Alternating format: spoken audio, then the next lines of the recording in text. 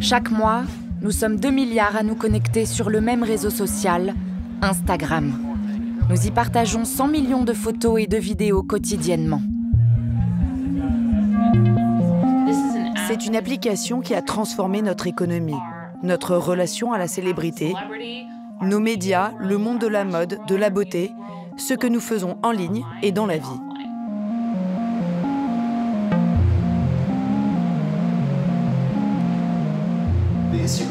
Le jeu sur Instagram est d'apparaître plus célèbre, plus glamour que vous ne l'êtes dans la vraie vie. Peu importe à quel point vous êtes connu en réalité, il faut que la vie soit parfaite, plus colorée, plus excitante. Partout, tout le temps, chez soi, en vacances, à table. 1, 2, 3. Et pour y parvenir, tous les moyens sont bons. Désormais, les patientes viennent avec des photos de célébrités d'Instagram. Nicki Minaj, Kim Kardashian. Les gens veulent être comme elles. Tu fixes bien tes sourcils et ça dure toute la journée. Je sais pas si les gens ils vont toujours m'aimer en réalité. Peut-être qu'un jour les gens ils vont se réveiller et vont se dire bah j'en peux plus d'elle. Et puis c'est fini quoi. L'application, présente dans le téléphone de 8 adolescents sur 10, peut se révéler particulièrement toxique.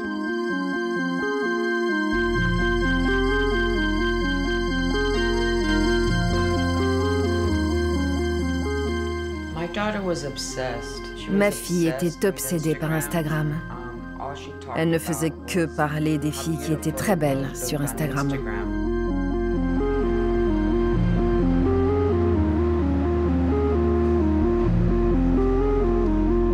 Les dirigeants de l'entreprise savent comment rendre Facebook et Instagram plus sûrs, mais ils ne feront rien parce qu'ils placent leurs profits astronomiques au-dessus des utilisateurs.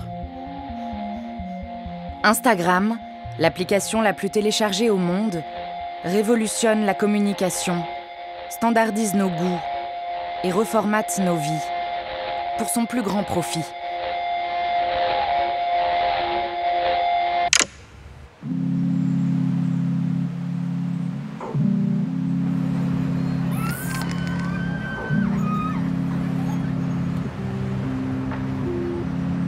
L'histoire d'Instagram commence en Californie, au cœur de la Silicon Valley, sur le campus de la prestigieuse université de Stanford. Nous sommes à la fin des années 2000, Facebook n'est alors qu'une start-up et Twitter n'est pas né. À San Francisco, dans l'industrie numérique, tout est encore possible. 2 étudiants, Kevin Systrom et Mike Krieger, rêvent de s'y faire une place. J'ai rencontré Mike Krieger et Kevin Systrom, les fondateurs d'Instagram, à l'université. Mike est cet ingénieur très performant. Et Kevin, ce décideur flamboyant, quelqu'un qui peut diriger de grandes équipes et organiser de très beaux événements culturels. Il était connu à Stanford pour ses fêtes incroyables. Kevin sort du lot. En même temps, il ne prétend pas être plus intelligent que qui que ce soit.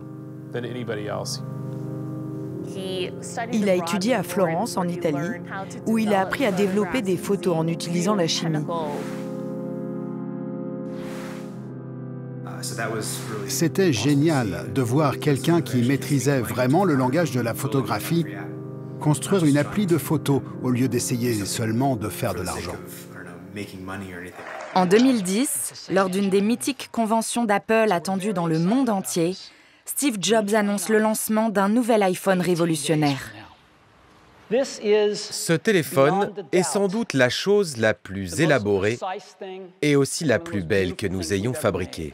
Instagram n'a été possible que grâce à une évolution technologique rapide et soudaine. La sortie de l'iPhone, l'amélioration des appareils photo intégrés. Avec ses applications accessibles en un clic, le monde est désormais à portée de doigt. Kevin Systrom décide de créer sa propre appli, un réseau social dédié au partage de photographies. il lève 500 000 $ auprès d'investisseurs et lance avec Mike Krieger Instagram. J'ai entendu parler d'Instagram le 8 octobre 2010, 2 jours après le lancement de l'application. Je me suis inscrit immédiatement et j'ai commencé à tout regarder différemment. Instagram était la première application qui profitait du fait que nous avions désormais ces appareils photos dans nos poches. Nous pouvions aligner notre vie connectée avec notre vie réelle. L'équilibre parfait entre l'image et le réseau social en a fait une application profondément addictive. Au tout début, les gens prenaient simplement des photos de leur quartier, de paysages urbains, de leurs repas. Instagram au début était vraiment une application pour hipsters. On prenait des photos de street art dans des petits cafés.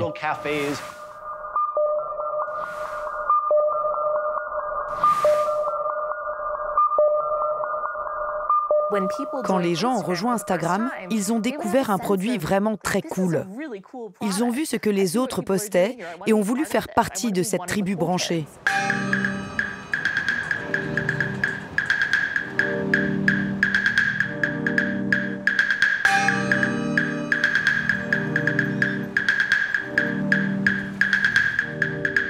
J'ai rencontré Mike et Kevin dans un bar près de leur bureau. Grâce à leur première levée de fonds, Systrom et Krieger s'installent dans des bureaux mal chauffés sur les quais de San Francisco. C'est le berceau d'Instagram et le début de sa légende. Cette nuit-là, après quelques verres, Kevin m'a demandé si je pouvais les aider à concevoir les filtres. Je leur ai dit « génial, bien sûr ».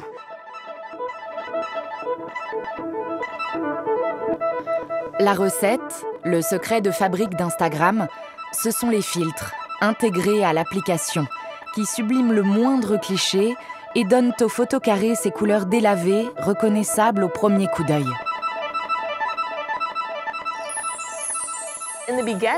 Au début, les filtres étaient censés améliorer nos photos prises avec l'iPhone. Mais finalement, ces filtres nous ont appris que tout ce que l'on postait sur Instagram devait être plus beau, plus brillant, qu'on pouvait transformer la réalité, quitte à mentir un peu, pour poster du contenu parfaitement instagrammable.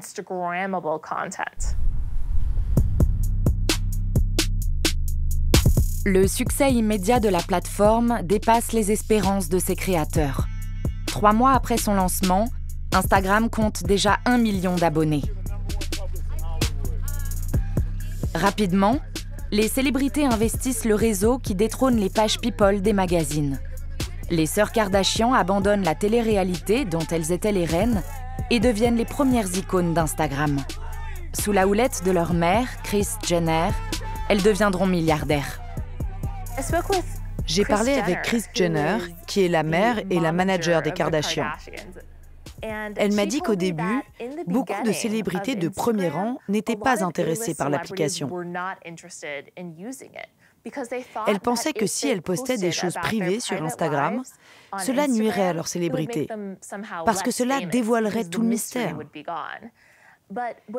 Mais ce que Kris Jenner a compris, c'est que plus vous partagez votre vie privée, plus votre communauté se sent proche de vous.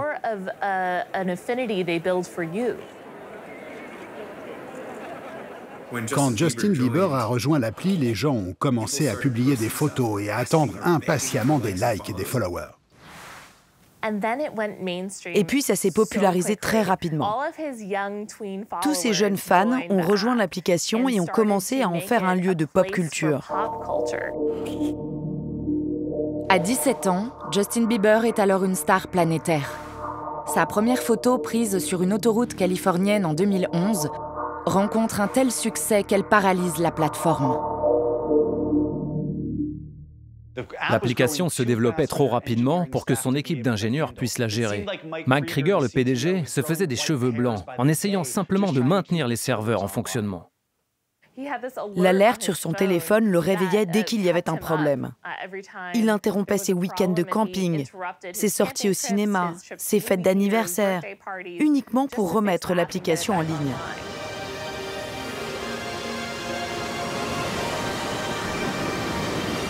Gratuite, l'application connaît une croissance fulgurante. Moins d'un an après son lancement, Instagram compte 10 millions d'utilisateurs pour seulement 8 salariés. Bien qu'elle ne dégage aucun bénéfice, la start-up, dernière pépite en date de la Silicon Valley, est convoitée par les nouveaux géants du numérique. Ils venaient juste d'emménager dans un nouveau local, peut-être un mois ou deux auparavant, les bureaux de South Park. Pendant toute notre conversation, son téléphone vibrait parce qu'il recevait tellement de notifications. C'était le chaos permanent. Et cette petite entreprise, âgée de seulement 18 mois, a finalement reçu un appel de Mark Zuckerberg, qu'un des investisseurs d'Instagram décrivait comme le roi de l'Internet à l'époque.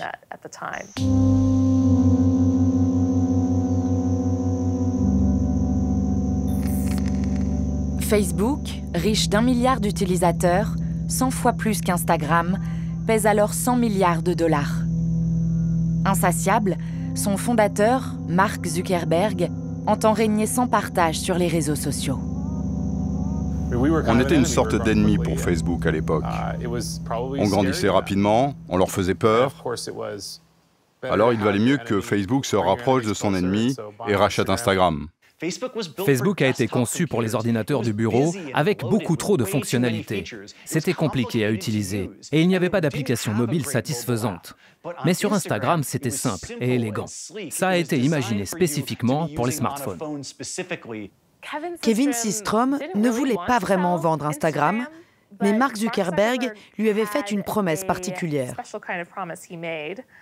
À savoir que si Instagram rejoignait Facebook, Kevin et Mike resteraient les fondateurs et les visionnaires. Lorsqu'il veut acheter une société, Mark Zuckerberg a l'habitude d'emmener ses fondateurs dans de longues promenades pour leur décrire sa vision d'un avenir commun. Et s'il décide de rester concurrent, Zuckerberg leur explique comment, avec ses moyens considérables, il peut les écraser.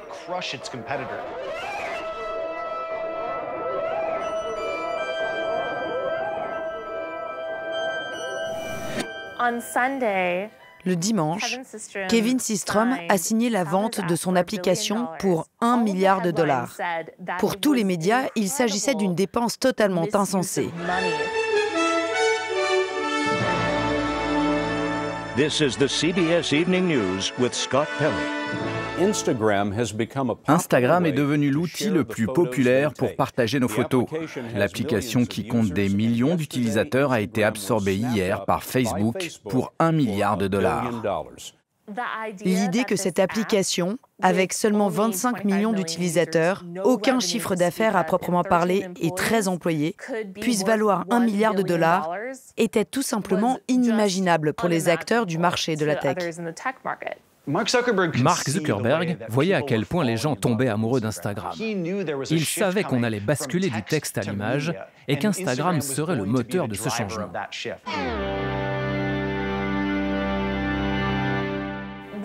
Lorsque Kevin Systrom et Mike Krieger ont annoncé à leurs employés qu'ils étaient rachetés par Facebook, les gens étaient horrifiés. Le produit Facebook n'avait rien à voir avec le produit Instagram. Il y avait trop de monde, c'était plein de notifications et dans certains cas, un danger pour les données personnelles. Quand j'ai appris que Facebook avait acquis Instagram, j'emmenais mon linge à la laverie. Heureusement, j'avais mon ordinateur avec moi. J'ai couru jusqu'au café le plus proche et j'ai commencé à écrire le plus vite possible. 4 minutes plus tard, mon article sur l'acquisition était publié.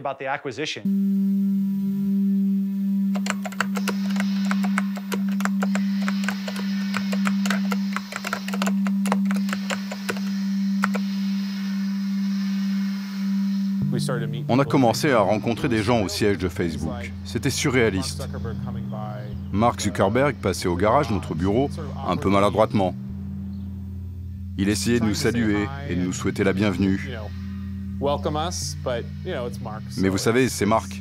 Ce n'est pas la personne la plus chaleureuse. Le reste de l'équipe de Facebook ne savait pas trop quoi penser de nous. Car c'était la première entreprise dont il faisait l'acquisition, mais dont il n'allait pas tuer le produit. Instagram ne gagnait pas encore d'argent. On savait qu'en revanche, ils en brûlaient des tonnes. Et donc lorsque Facebook a annoncé leur achat d'Instagram, cela avait du sens. Facebook allait pouvoir appliquer son modèle de ciblage publicitaire à Instagram. «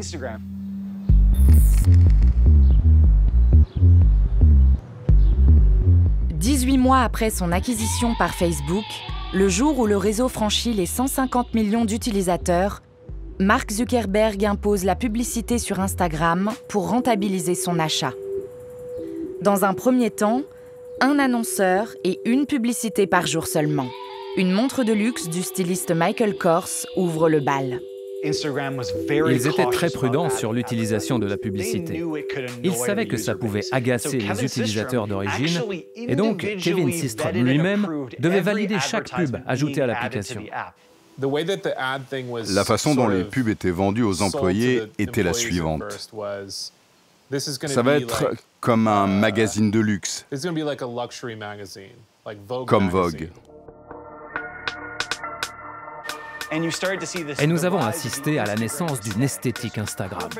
Des photos parfaitement produites, comme dans une campagne publicitaire professionnelle. Et je pense que plus les comptes Instagram se remplissaient d'images parfaites, très léchées, plus on perdait en authenticité.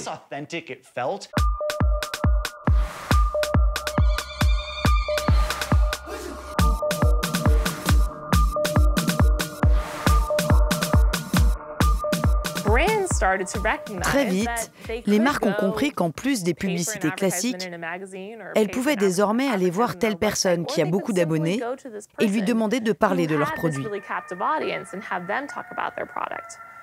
C'est comme ça qu'est né le marketing d'influence. À partir de ce moment-là, il y a eu de plus en plus de propositions de partenariats. Les gens se battaient pour y arriver.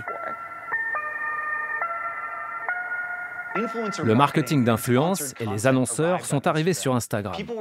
Les gens étaient payés pour placer des produits, pour parler de telle ou telle marque, d'un hôtel où ils avaient séjourné ou d'un restaurant.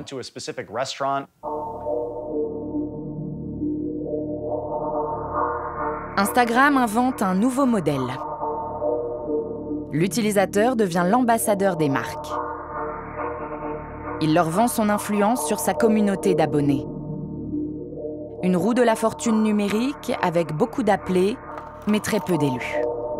Seule une poignée d'influenceurs dans le monde atteint le million d'abonnés. 4 sur 100 000.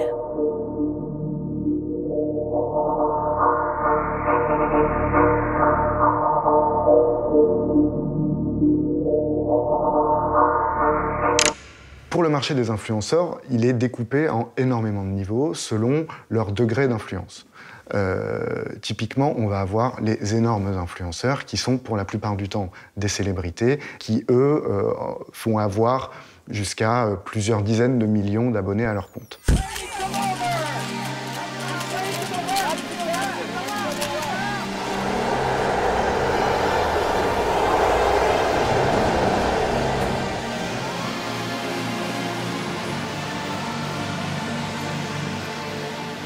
Ensuite, vous avez des niveaux d'influenceurs qui sont moindres, qu'on va appeler des macro-influenceurs, qui vont être à 1 million ou plusieurs millions d'abonnés. Ensuite, vous allez avoir les micro-influenceurs, entre 10 000 et 100 000 abonnés. Ça va être autour de 1 000, 2 000, parfois 5 000 €. Et après, vous allez avoir les nano-influenceurs qui peuvent même descendre jusqu'à moins de 1 000 abonnés. Et qui, eux, vont être payés en nature, avec des produits, des services, des goodies, parfois même juste des codes promo. Tous ces gens-là, mais même un influenceur qui va faire quelques contrats, ne peut pas vivre. La plupart ont un métier à côté.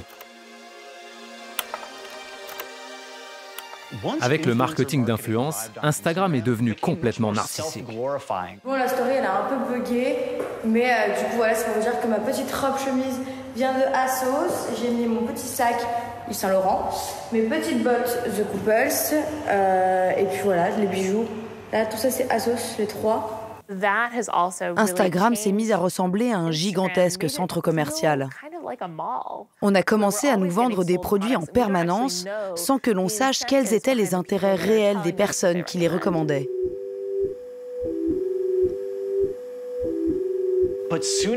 Très vite, Instagram augmente le volume de publicité sur l'application.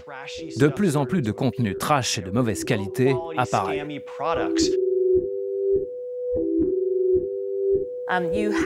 Beaucoup de gens prétendaient promouvoir une marque, et lorsque vous appeliez la marque en question, personne n'avait entendu parler d'eux.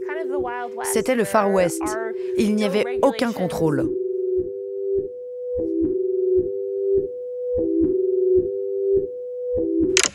Dans Instagram, il y a quand même une obligation de mise en scène de soi qui est au départ normale, c'est-à-dire comme tout le monde se met, on prend des selfies, etc.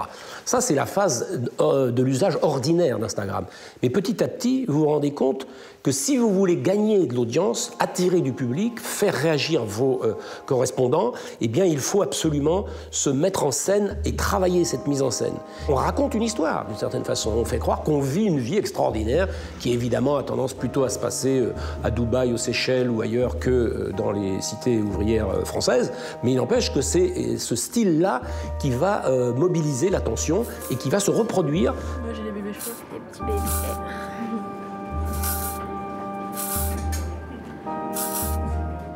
Âgés d'à peine 20 ans, certains influenceurs se voient propulsés à la tête de collections de prêt-à-porter éphémères. Une mode bon marché et jetable pour adolescentes, la fast fashion, conçue pour séduire l'audience d'Instagram. Ouais. On va regarder. C'est bien un peu en mouvement, non? Ouais, c'est bien. L'influenceur a pris le pouvoir. Il ne se contente plus de faire la promotion d'un produit. Ouais, on en refait une peut-être plus dynamique au début. Ok. Quand tu veux, vas-y. Il le conçoit, y appose son nom et le diffuse auprès de ses centaines de milliers d'abonnés. Ça, j'aime bien, celle-là. D'accord. Et après, du coup, il en ça faut veut une dire plus celle-ci. close-up. Ouais. Est-ce que celle-ci tirait ou tu veux qu'on travaille un peu plus? Peut-être tirer un peu plus la chemise pour pas qu'il y ait trop de... De plis là? Ouais. Ça. Ok, alors là on va stimer le haut pour y revenir et pour... La vidéo, la jupe. Ouais, tu peux faire la vidéo avant, oui. Ouais. Une des premières marques avec qui j'ai travaillé, c'est Don't Call Me Jennifer, donc c'est une marque de prêt-à-porter. Et on a créé ensemble une collection de vêtements, donc c'était la collection My Adorable. Et en fait, je suis entièrement libre de faire ce que je veux. Donc si j'ai envie de faire un sac, 3 t-shirts et 10 pantalons, je suis libre.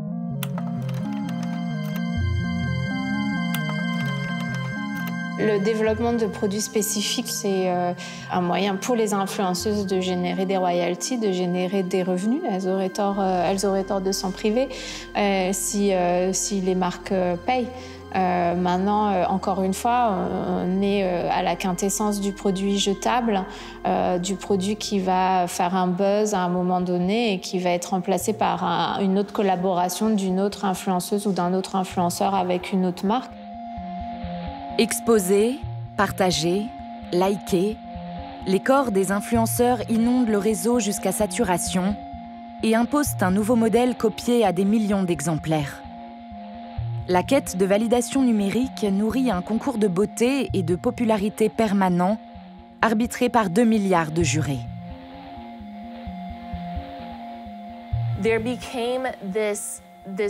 Partout dans le monde, les utilisateurs ont voulu gagner leur part de célébrité Instagram. Pour y parvenir, ils ont commencé à scruter les indicateurs de l'application. Les commentaires des abonnés, le nombre de likes, les retours qui les informaient qu'un décolleté est toujours plus payant qu'une poitrine recouverte.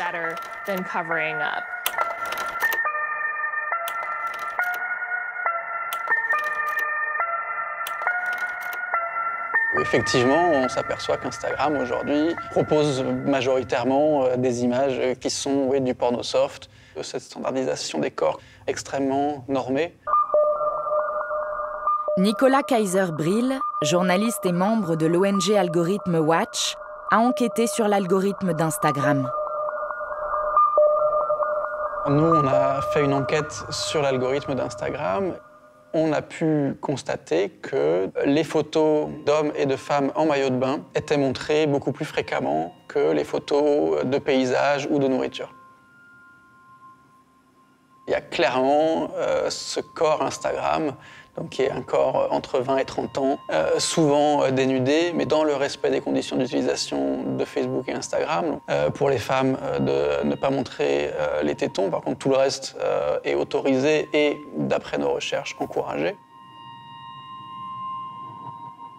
Donc, il y a très clairement un gros problème de misogynie chez Zuckerberg. Et par ailleurs, dans tout l'univers des ingénieurs qui créent et entretiennent les algorithmes d'Instagram et Facebook, il y a là encore une misogynie qui est très bien étudiée par les chercheurs.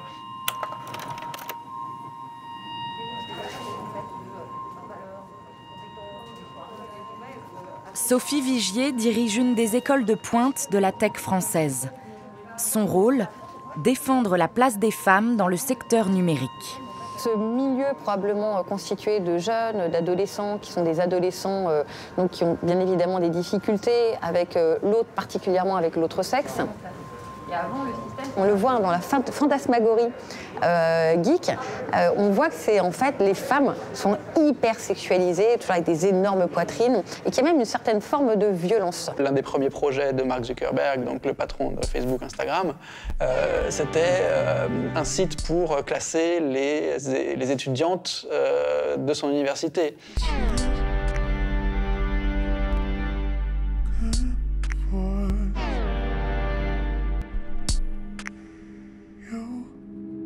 Le fait qu'il n'y ait qu'une, on va dire, qu'il n'y ait qu'une partie de l'humanité, là en l'occurrence des hommes, blancs, cisgenres, CSP++, qui pensent les outils, ça amène évidemment des biais. Si ce ne sont que des hommes qui travaillent, ou en tout cas une grande majorité d'hommes qui travaillent chez Instagram sur les algorithmes qui permettent d'accéder et de sélectionner les profils plus valorisés, évidemment on va avoir leur regard et leur biais. Les obsessions des ingénieurs pour ces corps hypersexualisés ne sont pas sans effet sur les utilisateurs, soumis à cet impératif constant de standardisation. Tout cela a créé beaucoup de problèmes de santé mentale. Les utilisateurs sont devenus jaloux et envieux. La dysmorphie s'est généralisée, avec des gens mal dans leur peau, pas assez riches, ni assez célèbres pour avoir une vie excitante. Si vous n'avez pas un corps à la Kim Kardashian, il est possible d'en acquérir un. On a donc observé une augmentation radicale des opérations de chirurgie esthétique telles que le Brazilian butt lift. C'est une opération extrêmement dangereuse qui prélève la graisse au niveau de la taille et la réinjecte dans les fesses pour obtenir cette forme de poire.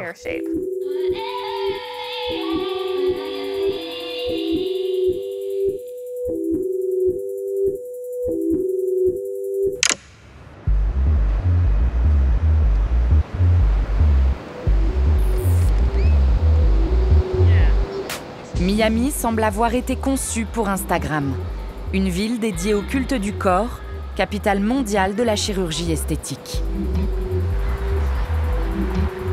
20 000 femmes viennent s'y offrir un Brazilian butt lift chaque année. Un pactole de 100 millions de dollars pour les cliniques de la ville. Qu'est-ce qu'on a aujourd'hui, Val ? Aujourd'hui, on a un lifting des seins suivi d'un Brazilian butt lift, une liposuction du ventre, des implants mammaires, une liposuction de la partie arrière des cuisses et enfin une augmentation mammaire. Ça va être une journée magnifique. Peut-être la plus belle journée au monde. Je ne sais pas.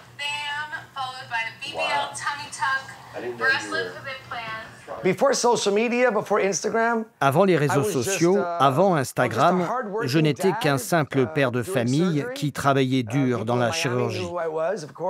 J'étais un peu connu à Miami et dans les environs en Floride du Sud. Instagram a propulsé mon cabinet, ma marque, ma notoriété jusqu'à atteindre un public mondial.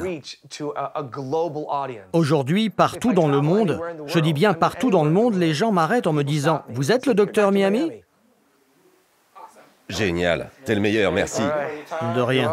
L'opération la plus demandée est le Brazilian butt lift.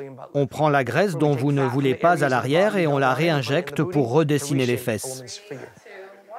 Bienvenue à nouveau dans le bloc opératoire. Mardi, magnifique, nous allons faire une lipo, des Brazilian butt lift. Venez voir comment je vais transformer ces magnifiques corps de femmes. Désormais, les patientes viennent avec des photos de célébrités d'Instagram.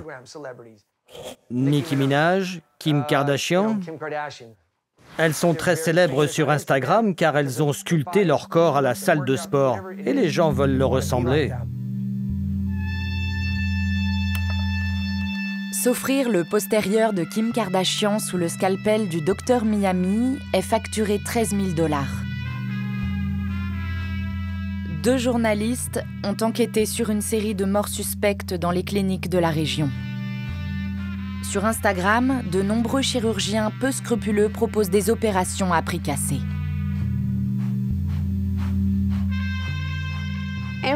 En Floride, n'importe qui peut ouvrir avec 10 000 ou 20 000 $ une clinique de chirurgie esthétique. Personne n'a besoin d'un permis spécial. Personne n'a non plus besoin d'être chirurgien, ni même d'une licence d'entrepreneur. Ces gens achètent des espaces publicitaires sur Instagram ou Facebook. Ils publient des photos ou des vidéos de chacune des opérations. Certaines cliniques fonctionnent même H24.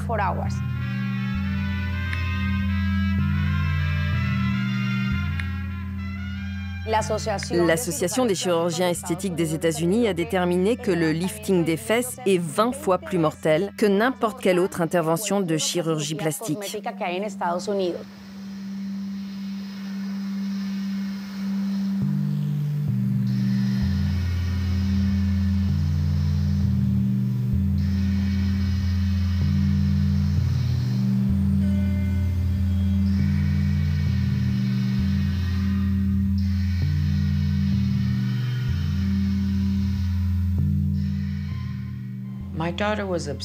Ma fille était obsédée par Instagram.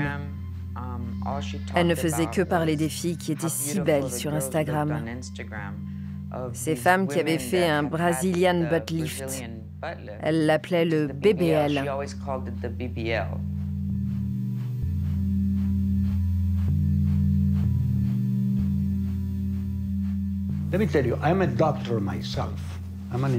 Je suis moi-même médecin. J'ai appris qu'elle allait se faire opérer 24 heures avant. J'ai tenté de l'en dissuader. Je sais que ça a commencé avec les Kardashian. Elle admirait les sœurs Kardashian, la forme de leur corps, comme une bouteille de Coca-Cola. Ma fille a reçu un appel disant qu'elle pouvait venir chercher ma petite fille. Mais 5 minutes plus tard, nous avons reçu un autre appel, annonçant qu'elle avait été victime d'un arrêt respiratoire. Ce qu'on a découvert, c'est que ces types qui étaient censés effectuer un suivi échographique de l'opération ne l'ont pas fait.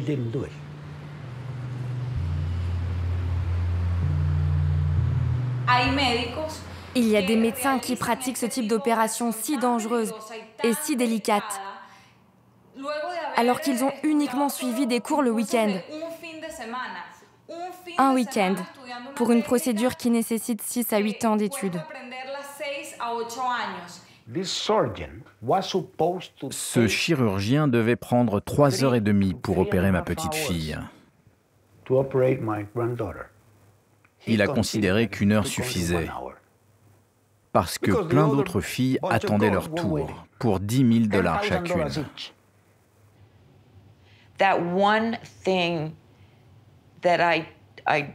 Je ne peux pas cautionner cette façon qu'ont ces femmes de s'exhiber. Elles pensent que c'est bien, mais non, ce n'est pas bien, ce n'est pas naturel. Je pense que sans les réseaux sociaux, ma fille serait en vie. C'est ce que je crois. Sans cela, elle serait toujours là. Alors oui, je tiens les réseaux sociaux pour responsables.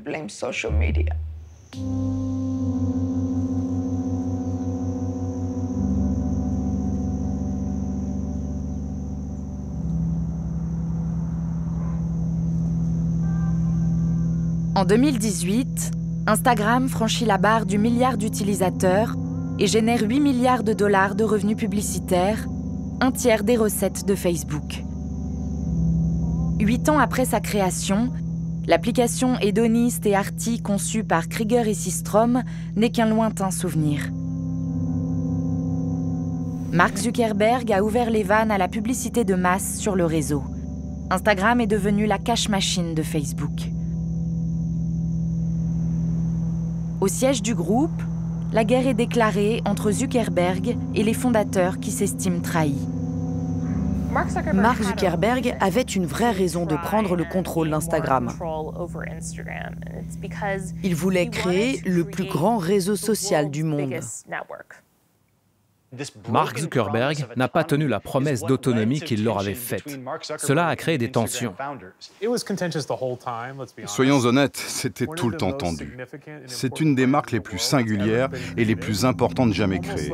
Ils crachaient sur leur travail, ils ne respectaient pas ce qu'ils avaient construit. En 2018, Krieger et Systrom quittent le navire. Mark Zuckerberg a désormais les mains libres. Il en profite pour réfléchir secrètement au lancement d'une version d'Instagram dédiée aux moins de 13 ans, jusqu'alors interdit sur la plateforme. InstaKids.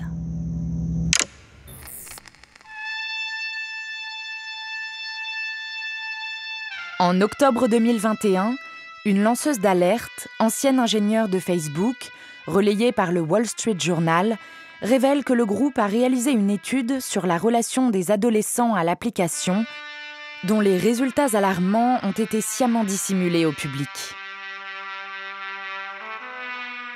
Les adolescents reprochent à Instagram d'accroître leur niveau d'anxiété et de mal-être.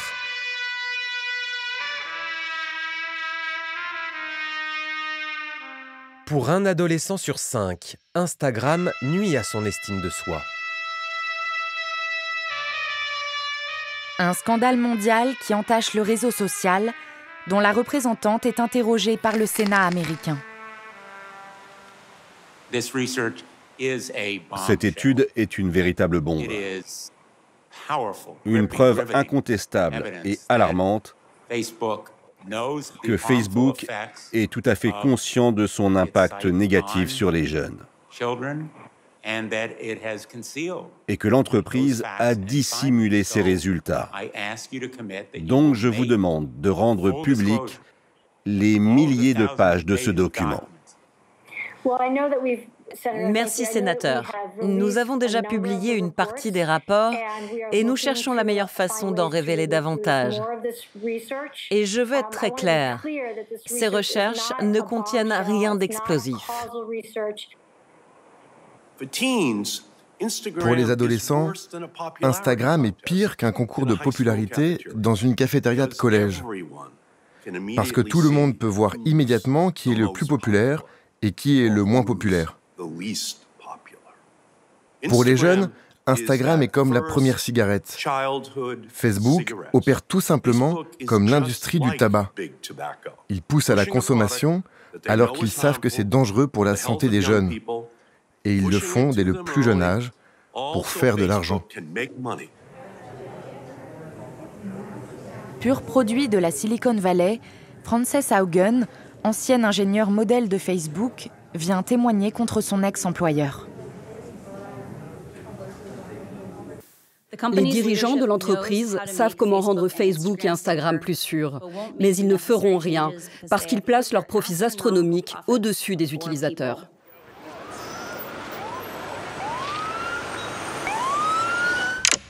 Alors je pense qu'InstaKid est vraiment le degré ultime, si vous voulez, de l'immoralité. C'est-à-dire qu'on ne peut pas prétendre capter l'attention des plus petits de cette façon-là, quoi. On sait déjà qu'ils ont tendance à le faire.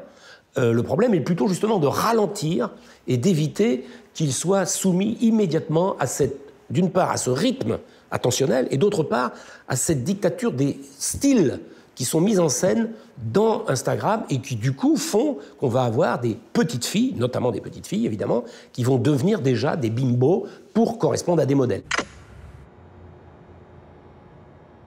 Face à la polémique, Mark Zuckerberg finit par mettre en pause le projet InstaKids. Mais un événement planétaire, aussi soudain qu'imprévisible, va permettre de booster l'audience du réseau. En mars 2020, la pandémie de Covid contraint la moitié de l'humanité à s'enfermer chez elle et à se réfugier derrière ses écrans, pour le plus grand profit d'Instagram. La pandémie du Covid a été un vrai choc pour Instagram. La plupart des événements pendant lesquels nous prenions des photos n'avaient plus lieu.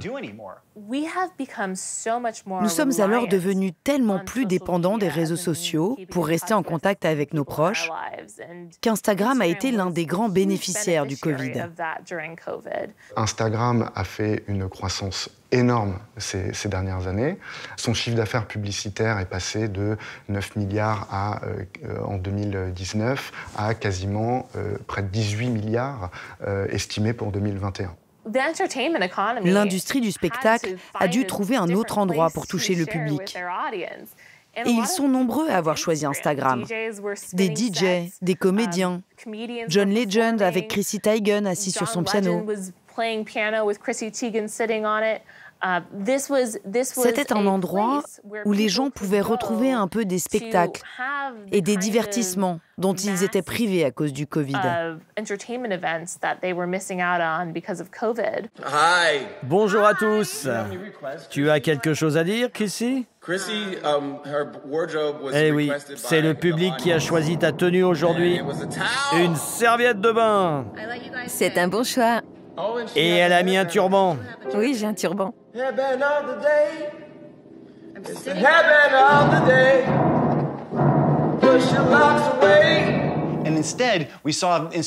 On a vu l'esthétique d'Instagram se transformer avec l'apparition de photos plus naturelles ou travaillées pour avoir l'air spontané. Bon dimanche à tous. Il est très tôt pour moi. J'ai pas mal tourné ces derniers jours. Je devrais encore être au lit. Mais bon.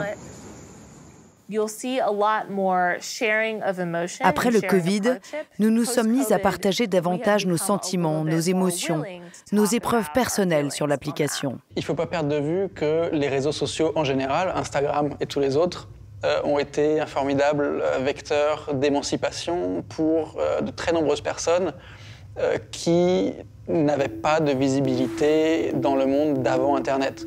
Des minorités raciales, des minorités sexuelles. La gravité de la pandémie a mis en relief la vacuité d'Instagram devenue trop futile, trop mercantile, parfois obscène. Une mise à jour s'opère alors. Des activistes qui soutiennent la cause noire, le féminisme, les luttes LGBT et d'autres combats s'emparent du réseau. C'est devenu très facile de partager un message que les gens ont trouvé ailleurs. Ils n'ont même plus besoin de l'écrire, ni même de comprendre vraiment le concept. Ils ont juste à faire une capture d'écran qu'ils intègrent à leur propre publication.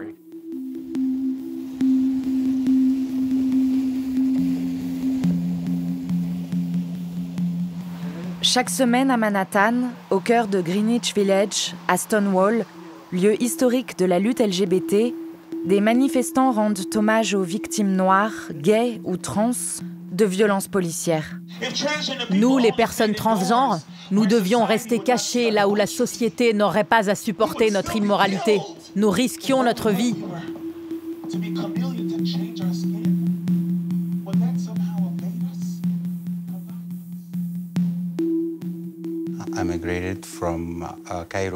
J'ai émigré du Caire en Égypte.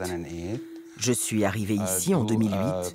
J'ai fui les persécutions et les tortures que j'ai subies en Égypte.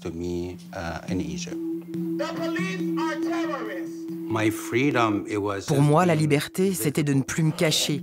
Et je me suis plongé dans le monde de la nuit, de la fête. Je faisais des performances.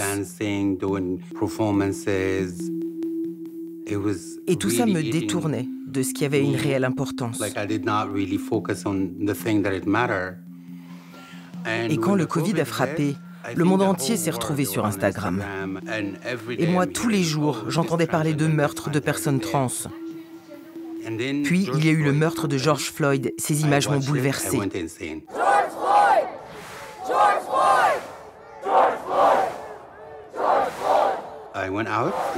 Je suis sortie dans la rue et j'ai rejoint le mouvement.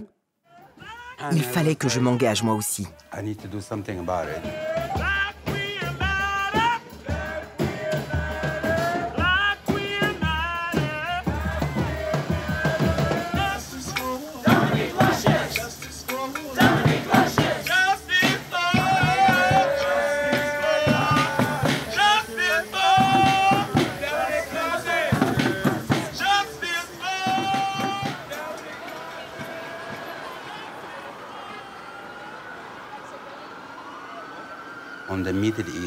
Au Moyen-Orient, il est impossible d'être transgenre, de sortir dans la rue et d'être soi-même.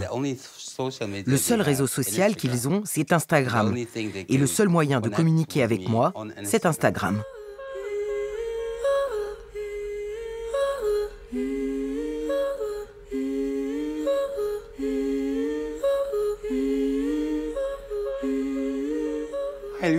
Salut. Bonjour. Salut mon bébé, tu vas bien? Ça va bien. Je t'appelle pour te dire quelque chose à propos de ta sœur, Etage. Elle a obtenu un visa humanitaire.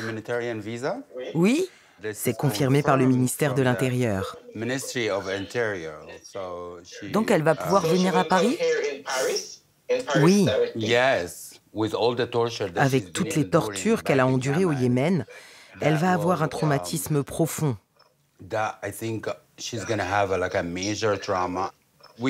On va s'assurer qu'elle soit bien à Paris, près de toi.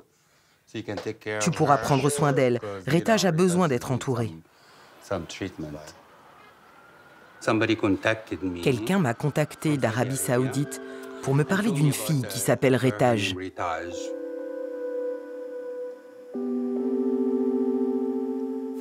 J'étais menacée par les forces de l'ordre et aussi par ma famille qui m'a dénoncée à la police. Ce jour-là, j'avais sauvegardé sur mon téléphone portable des photos de moi maquillée et bien habillée.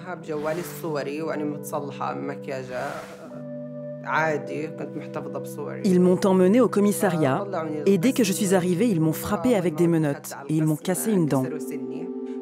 Ils me torturaient toujours avec des menottes et me grillaient comme un morceau de viande.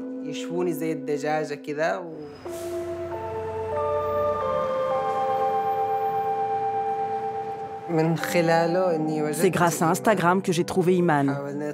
C'était notre seul moyen de communiquer. À travers Instagram, ma vie a commencé à s'intégrer à celle d'Iman. Ils vont te poser la question suivante. Quelle est la dernière ville où tu as habité avant de quitter le Yémen? Tu peux répondre, j'ai quitté la ville de Sanaa et je me suis dirigé vers la ville d'Aden pour prendre l'avion. À partir du moment où nous sommes entrés en contact, j'ai pu la faire sortir du Yémen et la faire venir dans un pays sûr.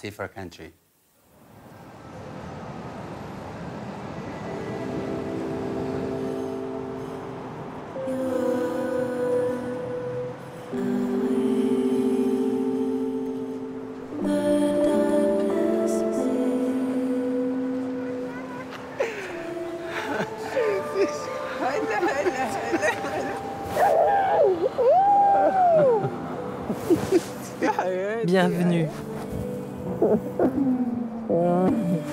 Ma chère, regarde-toi. Tu vois, ça fait combien de temps qu'on parlait sur Instagram? Peut-être un an? On n'avait jamais imaginé se rencontrer en face à face un jour. Non, jamais. À notre époque, tout est possible. Rien n'est figé.